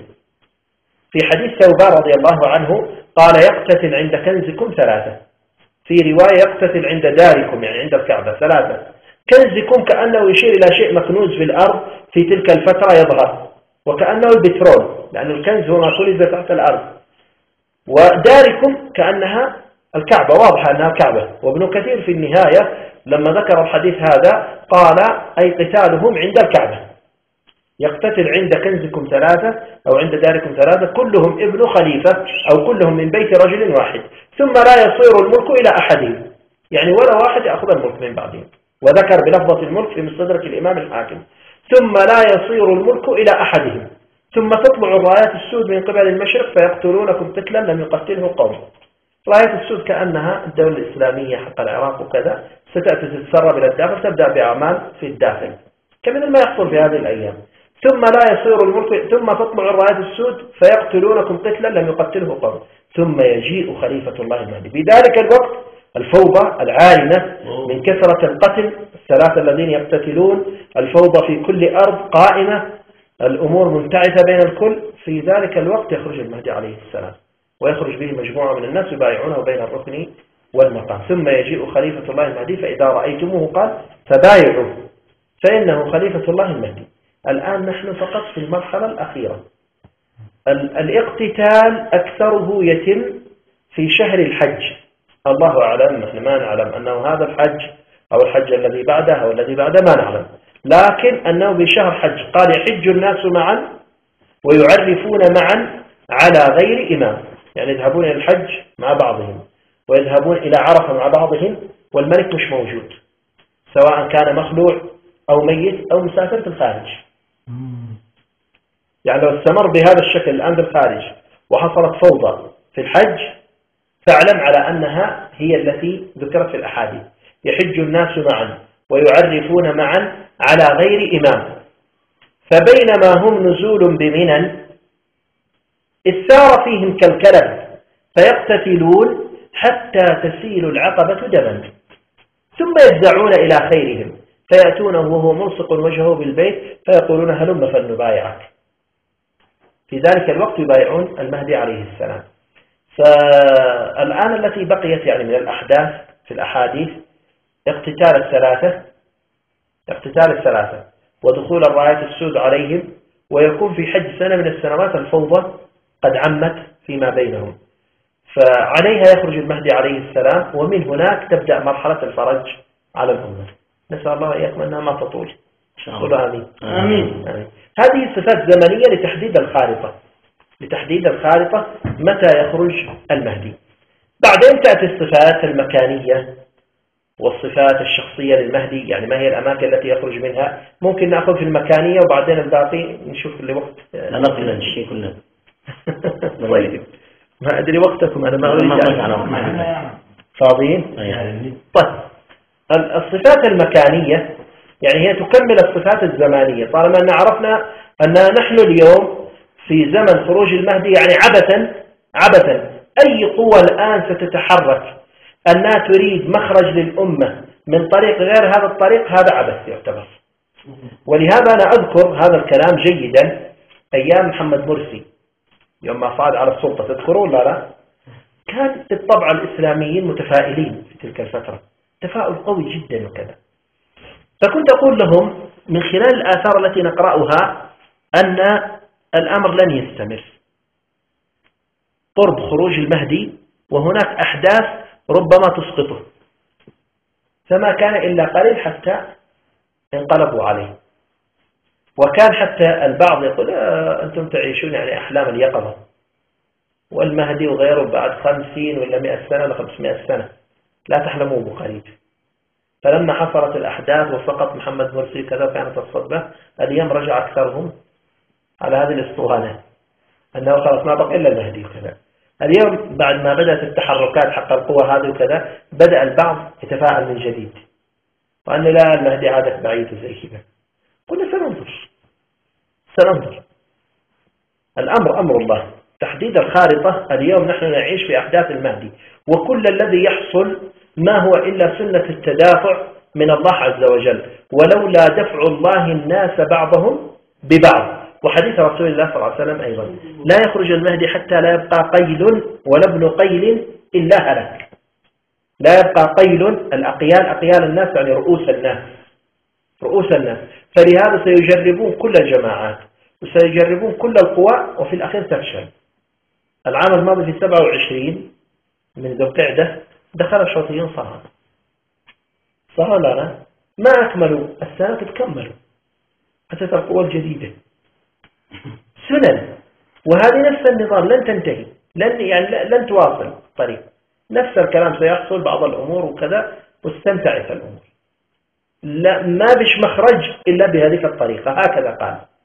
ولهذا كل من يحلم بالمخرج يعني يبعد عن رأسه هذا الباب. لكن نقول أيضا المخرج قريب أيضا الثاني، ما هو بعيد، ليس ببعيد. وهي الأحداث متتابعة وسريعة جدا، تتابع الأحداث إلى أن يفرج الله عز وجل. نسأل الله ذلك، نسأل الله الفرج. وأنا لا أذكر هذا من باب التيئيس، وإنما أذكر من باب البشارة أنه إن شاء الله الفرج بإذن الله قريب ولن يتأخر. أما بالنسبة للصفات المكانية فإن المهدي عليه السلام ورد أن مولده بالمدينة وقيل بمكة، وينشأ بالحجاز حتى يكون عمره 18 سنة، ثم يجلى مع قومه إلى اليمن، ويخرج من اليمن كما قال صلى الله عليه وسلم في حديث عبد الله بن عمرو بن العاص: يخرج المهدي من قرية باليمن يقال لها كرعة. وكرعة يعني هي منطقتين الآن مشهورة في اليمن، منطقة في مأرب في المحجزة وفي صرواح، والمنطقة الأخرى في تهامة شرق بيت الفقيه. هذه المنطقتين المشهورة في اليمن تسمى بكرعة، فالله أعلم من أيهما يخرج. الشاهد فيها وهو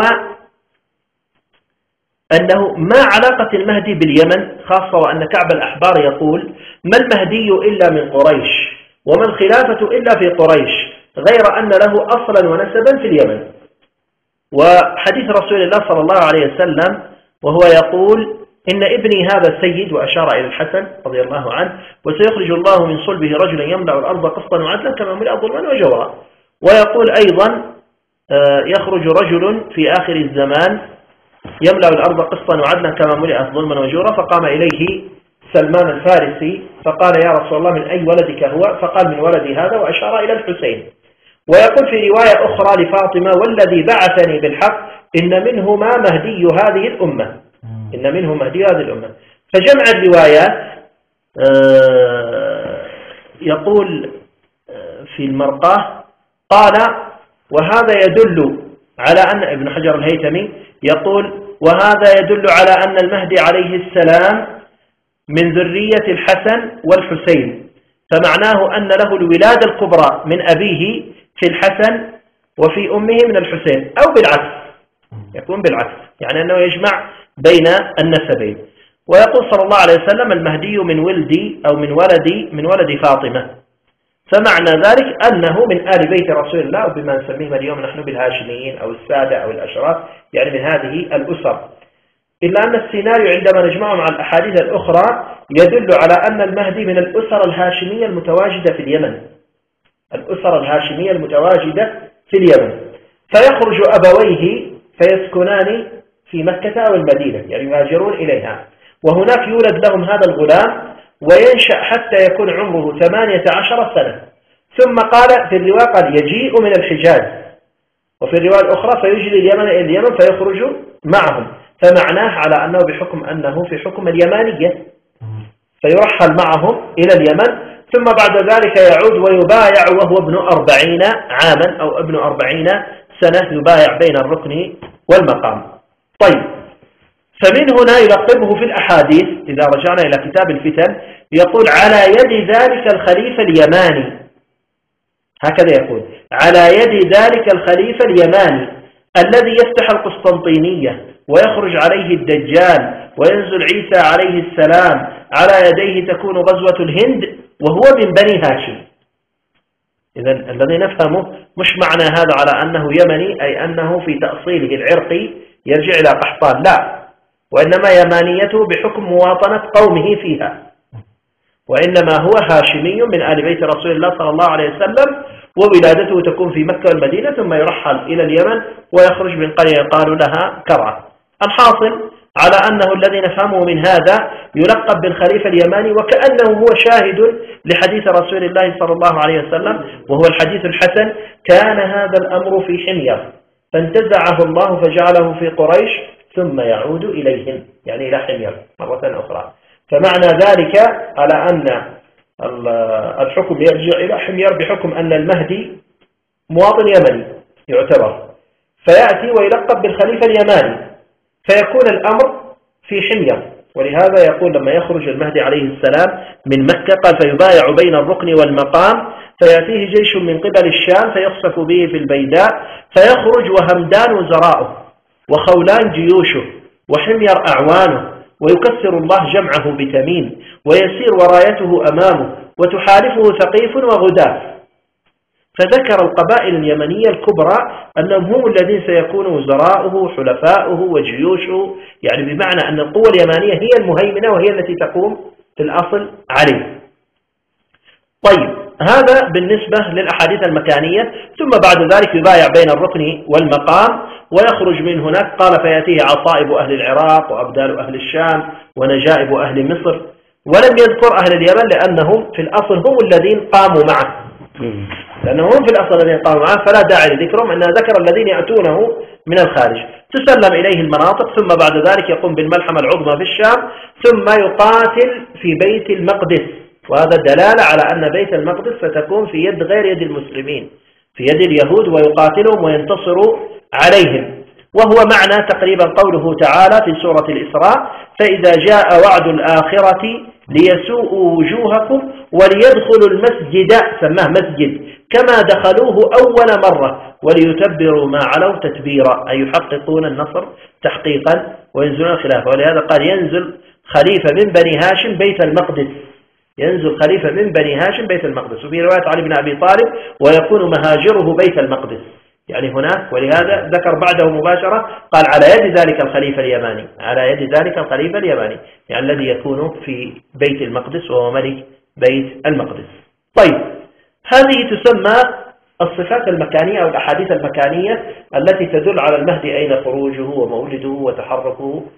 أما بالنسبة للصفات الشخصية للمهدي عليه السلام فهي تنقسم إلى نوعين: صفات خلقية وصفات خلقية. أما الخلقية فإن الرسول صلى الله عليه وسلم يقول يشبهني خلقا ولا يشبهني خلقا، يعني أخلاقه مثل أخلاق رسول الله صلى الله عليه وسلم، لكن صفته وشكله إذا رأيته ما يشبه الرسول صلى الله عليه وسلم، يشبهني خلقا ولا يشبهني خلقا. ويقول في الله عز وجل على رسوله صلى الله عليه وسلم: وإنك لعلى خلق عظيم. فمعنى أن المهدي عليه السلام أخلاقه أيضا عالية. أما خلقته فإنه قد ورد في الروايات أنه أجل الجبهة، أجل الجبين، أجبه، أعلى الجبهة، يعني معناها أي أن جبهته واسعة، وأنه أصلع مقدمة الشعر، وأنها معتلية، جبهته مرفوعة وأنها فيها مقدمة. هذه صفات جبهته. جعد الشعر، يعني في شعره جعودة وهي الجعودة العربية، وشعره يسيل على منكبيه، يعني صاحب وفرة أو جمة على منكبيه، ومشرف الحاجبين، يعني حواجبه قريبة على عينيه، أزج وهو المقوس الذي لم تلتقي حواجبه، يعني قريبا من بعض لكنها ما التقت.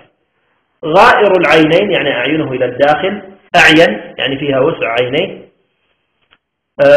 أقنى الأنف، يعني احتداب في وسط أنفه. أشم يعني مستوي الأنف، يعني ترى أنفه كأنه مستوي، فإذا تأملت رأيت فيه احتدابا قليلا. أفرق الثنايا، وهي السنتين التي في الأعلى أو في الأسفل تكون متباعدة. في لسانه رتة، رتة يعني ثقل خفيف لا يظهر إلا المتأمل. في لسانه ثقل، وإذا أبطأ عليه الكلام ضرب بيده اليمنى فخذه اليسرى، وإذا أبطأ عليه الكلام ضرب بيده اليمنى فخذه اليسرى. عظيم مشاش الكتفين، مسترسل الكتفين، يعني فيها عرض مع استعراض في المشاش. أجنأ، والأجنأ هو احتداب في العنق على الصدر، يعني فيه تقوس بسيط وهو دون الحدب. ربعة، وهو الإنسان الوسط، ليس بالطويل ولا بالقصير. ضرب من الرجال، يعني ما هو بالنحيل المستدق ولا بالسمين المهزور. جسمه جسم إسرائيلي، يعني غليظ في كفيه، في قدميه، في رأسه، ولهذا يقول عنه جسمه جسم إسرائيلي غليظ القصرة. غليظ القصرة يعني أي أن أجزاء جسمه متغلظة، صاحب غلظة متغلظة. ضخم البطن مبدح، يعني في بطنه كبر لكنها مشدودة. عظيم الفخذين، يعني عريض فخوذه. أزيل الفخذين، يعني فيها تقوس، فيها تقوس. في كتفه شامة، الشامة هي خلقة علامة من الله عز وجل تأتي بالإنسان. في كتفه شامة وفي فخذه شامة. وورد أيضا أن في خده الأيمن خال. الخال غير الشامة، الخال تلك النقطة السوداء، وأما الشامة هي العلامة اللي تأتي خلقا اللي يسموها بعضهم الوحمة وبعضهم تأتي كبيرة كذا، أي ماشي النقطة الخال وكذا. نعم، في خده الأيمن خال. اسمه يواطئ اسم رسول الله صلى الله عليه وسلم، واسم أبيه يواطئ اسم أبي رسول الله صلى الله عليه وسلم، يعني بمعنى أن اسمه محمد بن عبد الله، ولهذا الرسول صلى الله عليه وسلم قال اسمه كاسمي واسم أبيه كاسم أبي. يكنى بأبي عبد الله ويكنى بأبي القاسم، وهو من آل بيت رسول الله صلى الله عليه وسلم. هذه تقريبا مجمل الصفات في المهدي عليه السلام. وهو آدم، لونه لون عربي. الآدم وهو الأسمر، لونه لون عربي، يعني سمرة العرب وليس سمرة الأحباش أو سمرة الهند، لونه لون عربي. في وجهه أثر، والأثر إما هي الشجة لتسمى بالفقش، أو هي تلك التي تأتي بعد الجدري، النتوءات التي تأتي في الوجه. في رأسه حزاز. الحزاز هي نوع من الأمراض الجلدية تأتي في الرأس أو في الجلد وكذا، تسمى بالحزازة. طيب، هذا مجمل الألفاظ التي وردت في الأحاديث حول صفات المهدي عليه السلام. من هنا نكون قد اكتملنا في الصفات الزمانية والمكانية والشخصية.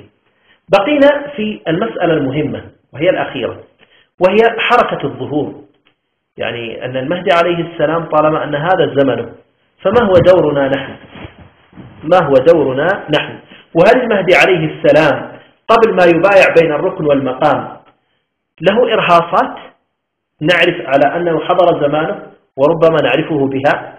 يقول في الآثار: يخرج المهدي هاربا هو والمنصور. منصور ليس منصور اليماني وإنما رجل معه يقال له منصور، هاربا من المدينة، فيبعث في إثره جيشا. هذا قبل البيعة، مما يدل على أن المهدي عليه السلام أنه رجل كأنه سيعرفه سلطان البلد وجيوشه أيضا، فيطلبونه طلبا فيفر هاربا، مما يدل على أن صفاته تظهر للبعض حتى السلطان يعرفه بها قبل البيعة. طيب، ثم يهرب فارا، فعندما لا يدرك يعني لا يستطيعون عليه قال يقتل المنصور ضيعة، يعني بمعنى غيلة، يغتال اغتيال، هذا المنصور مش المهدي. طيب، ثم بعد ذلك يؤخذ آل بيته صغيرهم وكبيرهم لا يترك منهم أحد إلا أخذ وحبس. قال يؤخذ آل محمد صغيرهم وكبيرهم لا يترك منهم أحد إلا أخذ وحبس، مما يدل على أن المهدي عليه السلام يتعرض لبلاء فيفر هاربا، فيؤخذ أهل بيته من النساء والرجال ويزج بهم في السجون، لا يترك منهم أحد إلا أخذ وحبس، لازم يتعرض للسجن أهل بيته. هذه إرهاصات إذن. طيب، الأمر الآخر: ينادي مناد من السماء: ألا إن الحق في آل محمد، فعند ذلك يشرب الناس ذكره وحبه فلا يكون لهم ذكر أحد غيره. يعني متى الناس يبدأون يتكلمون على المهدي ويجري على ألسنتهم ويصبح شيء في قلوبهم من الحب عليه؟ قال في الوقت الذي يسمعون فيه النداء السماوي، يأتي نداء من السماء. النداء هذا ماذا يقول؟ يقول: ألا إن الحق في آل محمد. فكأنه يشير إلى مرحلة أن هؤلاء عندما يسجنون يأتي نداء سماوي، أنا ما أظنه إلى القنوات هذه، تأتي تبث برنامج حقوقي حول نفس الأسر هذه وكذا. عندما يبث هذا البرنامج الحقوقي الناس تعرف ذلك الشخص، فيبدأون يشربون حبه وذكره، فلا يكون لهم ذكر أحد غيره. لما يقول فلا يكون لهم ذكر أحد غيره، كان من قبل يذكرون غيره، يظنون أن فلان المهدي فلان المهدي فلان المهدي فلان المهدي، لكن لما يرون هذا الأمر ويسمعون بهذا فيصبحون يشربون ذكر هذا ويتركون الباقين، فلا يكون لهم ذكر أحد غيره. هذا من الإرهاصات التي تدل على قرب خروج المهدي عليه السلام، وربما يبدأ خبره ينتشر بين الناس. عند ذلك في هذه المرحلة يبدأ أهل اليمن، قال: فيتراسل أهل اليمن فيما بينهم فيجتمعون عصبا كاجتماع قزع السحاب أو قزع الخريف. فعند ذلك يعني في هذه المرحلة يتراسل أهل اليمن فيما بينهم. في رواية يتراسل أهل اليمن فيما بينهم ويراسلون أهل الشام. إذن سيكون هناك المراسلة هو التواصل عن طريق وسائل التواصل الاجتماعية، سواء كان بالأوراق أو بالرسائل أو بالواتس أو بالفيسبوك أو بالإنترنت أو بأي شيء من الأميلات بغيرها. المهم يتواصلون فيما بينهم فيجتمعون عصبا. يعني إذن هناك مجموعات ترتب صفوفها وتعد للمرحلة. فيجتمعون عصبا كاجتماع قزع الخريف أو قزع السحاب، كمثل السحابات المتقطعة ثم تجتمع مع بعضها. قال: ويراسلون أهل الشام، يعني إذن فيما بينهم وبين الدول الخارجية مراسلات حول الموضوع. قال: فينصبون من حيث كانوا. ينصبون من حيث كانوا يعني أنهم يأتون من بلدانهم إلى مكة، فينصبون من حيث كانوا. يقول في الحديث: إني لأعلم أسماءهم وأسماء آبائهم وأميرهم ومناخ ركابهم. لما يقول أولا أمير يدل على أنه شغل منظم مرتب، ليس شغل عشوائي. إني لأعرف أسماءهم وأسماء آبائهم وأميرهم، إذن فيها إمارة يكون عليهم. طيب، وعندما يقول فينصبون من حيث كانوا، إذن فيها هجرة، ناس يتحركون من أجل هذا العمل، تحرك عمدا. لما يقول يتراسلون فيما بينهم، إذن أمر فيه دعوة. لما يقول عصب إذن ترتيب، إذن فيها ترتيب، فيها تنظيم، فيها تواصل، فيها هجرة. طيب، ثم بعدها فيقولون لمن تبايعون، في لفظة يقولون فيقولون لمن تبايعون، إذن فيها مشورة، فيها مجلس شوروي هذا. فيقولون لمن تبايعون، فيجمع أمرهم على أن يبايعوا رجلا منهم. إذن فيما بينهم مشورة يتدارسون فيها الصفات الزمانية والمكانية والشخصية، ثم يبدأون يطبقون على شخصيات، فيأتون على شخصية منطبقة عليها الصفات يجتمعون عليها. وهذا فيه رد على من يقولون على أن المهدي عليه السلام يخرج فجأة بدون ما الناس يدرون عنه وبدون أي ترتيب مسبق، ويكون الناس يطوفوا في البيت كذا على طول يحسهم على أنهم بحثوا عن المهدي، يسألوا واحد إيش اسمه، قال محمد بن عبد الله، قال تعالوا تعالوا خلينا نجيب معي يخرجوا. وهذه عشوائية وغير صحيح هذا الكلام، بل الأحاديث أشارت إلى أنه هناك بيعة فيما بينهم يتبايعون على العمل قبل البيعة للمهدي. يقول في حديث عبد الله بن مسعود إذا تقطعت الطرق والتجارات، شوف إذا شرطية، يعني إذا حصل هذا الأمر، لما تشوف السيارات سراء ماسكة والناس ما هم قادرين يذهبون لأعمالهم وتجاراتهم قد تقطعت وأمورهم قد انتثرت، قال في ذلك الوقت قال خرج 7 علماء من أفق شتى، يعني من عدة دول من آفاق شتى، يبايع لكل واحد منهم 313 رجل، يبايع لكل واحد، يعني كل واحد معه 300 يبايع. إذن هناك بيعة قبل البيعة الكبرى، يبايع لكل واحد منهم 313 رجلا. قال فيأتون بيت الله فيقول بعضهم لبعض ما الذي أتى بكم، يعني وراء ايش أتيتم؟ قالوا أتينا.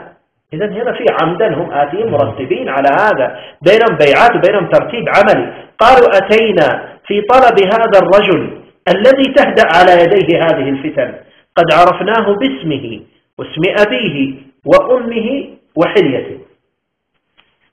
قد عرفناه، قد تأكيدية، قد عرفناه باسمه واسم أبيه وأمه وحليته، الذي يدل عليه أن العمل أولا مرتب، وأن مجيئهم إلى مكة يأتون عمدا من أجل هذا العمل، ويتفقون هناك ويبدأون يرتبون أمورهم، معهم علم شرعي. ولهذا قال إذا تقطعت الطرق والتجارات، يعني ما يمشوش عشوائيين، لما يرون أن الأمور خلاص مقطعة وأن الأحاديث تدل أن هذا وقت زمن المهدي، ذاك الوقت اتجهوا. لو رأينا مثلا حركة جهيمان سابقا يوم ما خرجت قبل 36 سنة، ما كان يوجد في تلك الفترة ثورات ولا يوجد قتل ولا تقطع طرق ولا الناس آمنين وحجهم هادئين ولا شيء، وهؤلاء خرجوا على طول قالوا معنا مهدي. صح ولا لا؟ قرأوا تاريخها، ما كان موجود، ما كان في أي شيء، ولا كان في أي شيء من الأحاديث النبوية حق الصفات الزمانية في تلك الفترة. بينما وقت خروج المهدي تكون هناك أحداث وفتن في كل أرض، والناس في يأس وقنوط من أن لا يرى فرجا، هكذا يذكر في الحديث. الناس في يأس وقنوط، يقول لك خلاص ما فيش فرج بعد كذا. وتقطعت الطرق والتجارات عند هؤلاء يدل على أنهم أصحاب علم، درسوا الصفات وكذا وعرفوها وتوجهوا عليها، توجهوا. فيأتون قالوا ما الذي يأتي بكم؟ قالوا أتينا في طلب هذا الرجل الذي تهدأ على يديه هذه الفتن. ولما يقول هذا الرجل دليل على أنها شخصية قد عرفت عندهم، هذا الرجل الذي قد عرفناه باسمه، قد عرفناه تأكيد، قد عرفناه باسمه واسم أبيه وأمه وحليته. حليته يعني صفاته كاملة عرفناها. فيتفق 7 على ذلك، يبدأ 7 يتفقون، قالوا خلاص نبدأ نتحرك من الآن. فيتحركون في الحرم يبحثون عنه فيطلبونه فيجدونه يدركونه. قالوا أنت فلان ابن فلان وأمك اسمها فلانة وفيك صفة كذا وكذا وكذا. قل أنت المهدي، وهذه الأحداث خلاص وما يرى أن تنتهي هذه الأحداث إلا بوجودك. يدل أيضا على أن عندهم علم شرعي بصفات المهدي، مش عشوائيين كذا أي شخص أتوا أخذوه من برا وقالوا يلا أنت المهدي، لا عندهم صفات، أنت فيك كذا وفيك كذا وفيك كذا وفيك كذا، يعني حتى استبيان معهم يدل على استبيانات وصفات معروفة. طيب ثم يقولون أنت فلان ابن فلان وأمك اسمها فلان وكذا، يقول إنما أنا رجل من الأنصار. ما معنى أنا رجل من الأنصار؟ لا مش قضية اليمن، قديما الأنصار هم الأوس والخزرج الذين هم اليمانيون، لكن هنا كأنه إشارة إلى أنصار زمانهم، يعني أنا أتيت أناصر المهدي، يعني أنا أتيت مع جماعة الأنصار الذين ينصرون المهدي، أنا أحدكم الذين يريدون ينصرون، ما أتيت من أجل البيعة، ولكن دعوني أدلكم على صاحبكم، دعوني أدلكم على صاحبكم. فيعني بمعنى على أنه هناك رجل فيه نفس الصفات وكذا وكذا وكذا وأنا أظن أنه هو المهدي، فيبدأون يتجهون إلى الثاني، فيفلت منهم الأول ويذهب إلى المدينة، فيأتون إلى الثاني يطبقون الصفات وكذا، يجدون أن الصفات غير منطبقة غير وافية. قال فيرجعون إلى الأول يسألون عنه، قالوا قد لحق بقبر جده. فين قبر جده؟ المدينة. قد لحق بقبر جده، فيذهبون إلى المدينة، ثم بعد ذلك يأتون المدينة يقولون قد رجع إلى مكة، فيرجعون إلى مكة قالوا قد رجع إلى المدينة، وهكذا ذهابا وإيابا، وهكذا ذهابا وإيابا، حتى في المرة الثالثة بعد ما ينتهي يأتون في مكة بعد الحج، يحجون بيت الله عز وجل، هم هذه كلها بعد الحج، بعد الفوضى التي حصلت والاقتتال الذي حصل، هم يتحركون بعد مرحلة الاقتتال في مرحلة فراغ أمني، فراغ أمني. عندها يسألون عنه، فيرسل المولى له في دينه، يعني صاحبه يرسل صاحبه إلى بعض أصحابه، فيأتون يعني بعد ما يرى أن الأمر خلاص انتهى الكل يعني خلاص متفق عليه، يرسل صاحبه ويأتي إلى مجلس فيقول كم أنتم ها هنا؟ قالوا نحو من 40 رجلا. قال عدوا لي من خياركم وشيوخكم 10. ثم يقول كيف بكم لو رأيتم صاحبكم؟ قالوا لو نروى بنا الجبال لناويناها معه أو لنوانينها معه، يعني نحن مستعدين، أن يريد سلما قتالا كيف ما يريد احنا معه، بس المهم خارجنا، يعني أنهم في مرحلة ضائقة شديدة. قال فيعيدهم في الليلة التي تليها، يقول لهم غدا سآتيكم من 10 الذين أخذهم، ثم يذهب بهم في الليلة التي تليها فيلقون صاحبهم فيجلسون معه، وهناك يكون في بيته يكره على البيعة، ولهذا ذكر الرسول صلى الله عليه وسلم في الحديث الآخر قال فيخرجونه من بيته وهو كاره، فيخرجونه من بيته وهو كاره. وهنا الإكراه هو عدم الرغبة وليس الإجبار، ما هو راغب فيها، يقول اذهبوا إلى فلان، روح إلى فلان، الدماء في آخر الأمر يقول اسمنا ودماؤنا في عنقك إن لم تمد يدك نبايعك، يقول هذه الدماء اللي تسيل في الأمة كلها والفساد والله تتحمل أنت عند الله، لأن ما هي رايحة تخرج الأمة إلا بك، هذا أمر الله عز وجل عليه، فهو يخرج في مرحلة الكراهة، فيخرج معهم. وأيضا كأنه يدل على أن بعض يعني السلاطين يحسون بأمره، فلهذا يقال له إن لم تخرج ضربت عنقك، يعني أن الأمر قد انفضح والجماعة يبحثون عنك. وهذا يدل، تذكرون الأثر الأول الذي قلنا فيخرج من المدينة هاربا فيبعث في إثره جيش، إذن هو في مرحلة مطاردة من قبل، وإذا أدركوه سيضربون عنقه، إذا أدركوه سيضربون عنقه، لكن الله عز وجل ينجيه كما نجى موسى. ولذلك حتى ذكر في بعض الأحاديث أنه عندما يدخل مكة للبيعة فيدخلها على سيرة موسى بن عمران خائفا يترقب يعني السيرة كذا، فيخرجون به فيتفق عليه 313 رجل فيهم نسوة، 313 رجل الذين يخرجون يبايعون بين الركن والمقام، وفيهم مجموعة منهم نسوة. ويقول عن هؤلاء المجموعة أسد بالنهار رهبان بالليل، ويقول أيضا عنهم لا يدركهم الأولون، لا يسبقهم الأولون ولا يدركهم الآخرون، يعني أن الذين أتوا من قبلهم لا يسبقونهم بأعمالهم، والذين أتوا من بعدهم لا يدركونهم، يعني أن أفضليتهم عظيمة على عدد أصحاب بدر وعلى عدد أصحاب طالوت الذين جاوزوا معه النهر. لا يفرحون بأحد دخل فيهم ولا يحزنون عن من خرج منهم، يعني لا يفرحون باللي أتى ولا اللي خرج، اللي أتى يا الله لما أتى الله يستر عليه كذا. نعم، ويعني هم أفضل قومهم في ذلك الزمان، أفضل قومهم في ذلك الزمان يبايعونه بين الركن والمقام، بيعته لا يوقظ نائما ولا يهريق دما، يعني من شدة السلمية التي يخرج بها لا مسلحين. يعود يقول صلى الله عليه وسلم في صحيح مسلم يعود بهذا البيت قوم ليس لهم عدد ولا عدة ولا منع، يعني لا عندهم أسلحة ولا عندهم أعداد كبيرة ولا شيء، يخرجون بين الركن والمقام في فترة الأمة كلها في دماء وفي فساد، فتعتبر نواة الأمة في تلك الفترة. قال لا يهراق في بيعته محجبة دم، محجمة دم. لو تذكرون أيام اليمان يعني من أول ما دخلوا واندلعت الأمور فيما بينهم 18 يوم الدماء تسيل. المهدي عليه السلام يدخل الحرم سلما لا يهراق محجمة دم، اللي نائم بجانبه ما يدري أنهم يتبايعون من شدة الهدوء الذي فيهم، ما يسمع الله في الأخبار. أما يخرج في الأخبار قالوا الله بايع للمهدي بين الركن والمقام ينقل الصور، قال أنا ذاك الساعة كنت نائم مش داري على أنهم يتبايعون، لا يحسون به. فيبايع سلما، ثم بعد أن يخرج ينحاز إلى جبال الطائف فينصب عليه الناس، فيخرج في 3 رايات. المكثر يقول 12، المكثر يقول 15,000 والمقل يقول 12,000، يعني أنه ينصب عليه الناس يتبايعون عليه بسرعة، فيصبح معه جيش على 3 رايات موزع عدده من 12 إلى 15,000. فيخرج وفي ذلك الوقت يأتيه الجيش الآخر الذي يخصف به ويلتقي مع قبيلة كلب أو مع رجل أخواله كلب يخسف بهم في البيداء. والعجيب في الأمر أن صفات هذا الجيش يعني كلها موجودة في زماننا.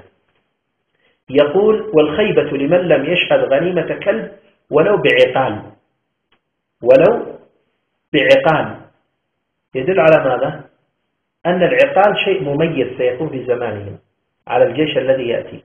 والآن عندنا الحرس الوطني يلبس البدلة العسكرية يلبس عليها العقال، وعندنا الدرك الأردني نفس الكلام يلبس البدلة العسكرية يلبس عليها العقال. يقول ولو بعقال. قال يخسف بجيش أصحاب زي، أصحاب زي، زي يعني زي موحد، زي العسكري يعني زي عسكري وعليه عقال. قل والخيبة لمن لم يشهد غنيمة كلب، قبائل كلب يقول هم الذين يكون أكثر هذا الجيش من قبائل كلب. قبائل كلب هي قبائل يمنية نزلت منذ انهدام سد مأرب في منطقة أجا وسلمى، جبلي أجا وسلمى قرب حائل، وانتشروا في تلك المناطق. فهم اليوم يعني أكثر قبائل أجا وسلمى وحائل وتبوك ومناطق الأردن أكثرها من هذه القبيلة من قبائل كلب، فأكثر الجيش سيكون منهم.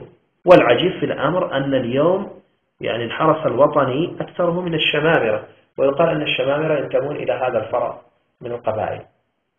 فعجيب سبحان الله، تطابقات عجيبة جدا. فهل نحن اليوم بالفعل أصبحنا يعني على مقربة من هذا الحدث العظيم؟